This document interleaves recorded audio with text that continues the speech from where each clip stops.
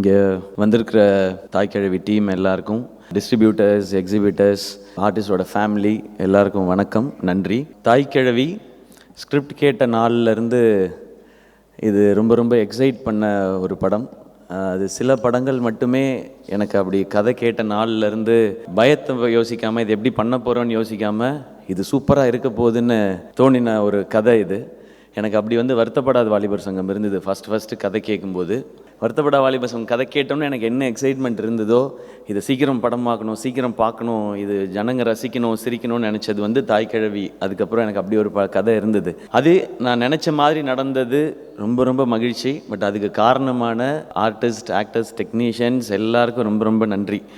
அவங்க எல்லாரும் நான் என்ன நினச்சனோ அதையே நினச்சி ஆசைப்பட்டு எதை பற்றி யோசிக்காமல் பண்ணி கொடுத்துருக்காங்க. ரைட் ஃப்ரம் ராதிகா மேம், அவங்களுக்கு அவ்வளோ அந்த நீ ப்ராப்ளம் அதெல்லாம் இருந்தது, அதை பற்றிலாம் கவலைப்படாமல் அதை இல்லை இது நல்லாயிருக்கும் அப்படின்னு பண்ணாங்க. அப்படி தான் இந்த படத்தில் நடித்த ஒவ்வொருத்தருமே பண்ணாங்க. இந்த படம் 100 days, இவ்வளோ கலெக்ஷன், அதுக்கப்புறம் ஓடிடியில் நிறைய ஹவர்ஸ் பார்த்துருக்குறாங்க. அது மாதிரி டிவியில் ஒரு பெரிய ரேட்டிங் வந்திருக்கு அப்படின்றது யுனானிமஸாக ஒரு ஜெனுவினான அட்டம்ப்ட்டுக்கு எல்லாரும் கொடுத்துருக்குற ஒரு ரிவார்டாக நான் பார்க்குறேன். அதுக்கு எல்லாருக்கும் மீண்டும் ஒரு முறை ரொம்ப ரொம்ப பெரிய நன்றி. இந்த கதையை ஃபஸ்ட்டு இதை கேட்டோன்னே நம்ம சேர்ந்து பண்ணலான்னு சொன்னது நான் சுதன்கிட்ட போய் இது இப்படி ஒரு கதை இருக்குது நீங்கள் கேளுங்கன்னொன்னே சுதன் சொன்னார் பண்ணலான்னு சொல்லிட்டு.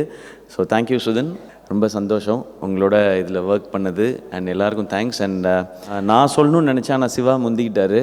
நான் இந்த மேடையில் அவரை தம்பின்னு சொல்லணும்னு நினச்சேன், ஆனால் அவருக்கு எப்படி தோணுச்சுன்னு தெரில, அவர் என்ன அண்ணன்னு சொல்லிட்டு போயிட்டார். மேபி நாங்கள் இப்போ ஒரு 20 நாள் ஷூட் பண்ணதில் அந்த பாண்டிங் வந்துருச்சுன்னு நினைக்கிறேன்.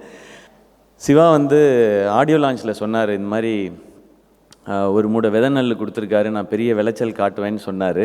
விளைச்சல் அமோகமாக இருக்கும். ஏன்னா உங்கள் பின்னாடியே உங்கள் அண்ணன் நான் நின்றுக்கிட்டே இருக்கேன், எப்போவுமே நின்றுக்கிட்டே இருப்பேன்.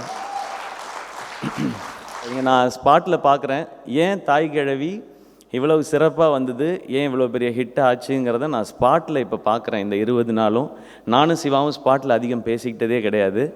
ஆனால் அந்த மொத்த டீமையும் கண்ட்ரோலில் வச்சுருக்காரு. யார் என்ன வேலை செய்யணுங்கிறதுல ரொம்ப கிளியராக இருக்கார்.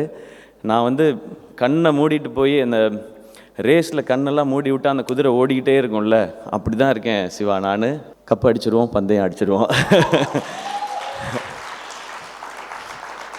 ஸோ ரொம்ப ரொம்ப நன்றி உங்கள் எல்லாருக்குமே. இந்த படத்தை எந்தெந்த திரையரங்குலெல்லாம் நீங்கள் ரிலீஸ் பண்ணிங்களோ அந்த தியேட்டர் ஓனர்ஸ் எல்லாருக்கும் ரொம்ப ரொம்ப பெரிய நன்றி.